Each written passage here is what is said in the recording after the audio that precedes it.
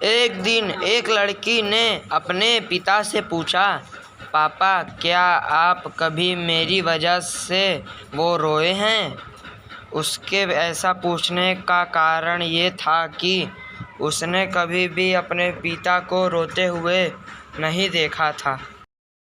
इस सवाल का जवाब में पिता ने कहा, हाँ, एक बार ऐसा ही कुछ हुआ था जब तुम्हारी वजह से मैं रोया था। यह सुनकर लड़की उस बात को जानने के लिए उत्सुक हो गई कि आखिर वह क्या बात है कि जिसने उसके पिता को रुला दिया था।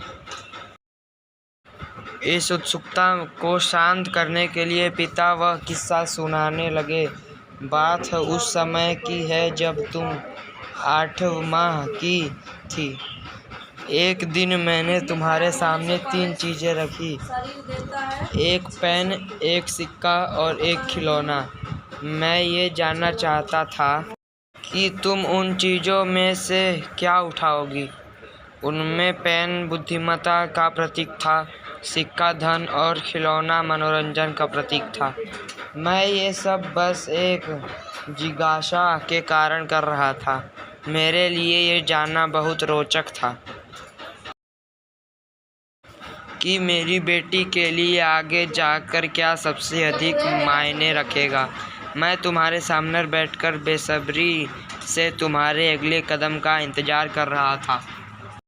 मैंने देखा कि कुछ देर बैठकर तुम उन चीज़ों को देखती रही, फिर घुटने के बल पर चलते हुए उनकी ओर बढ़ी।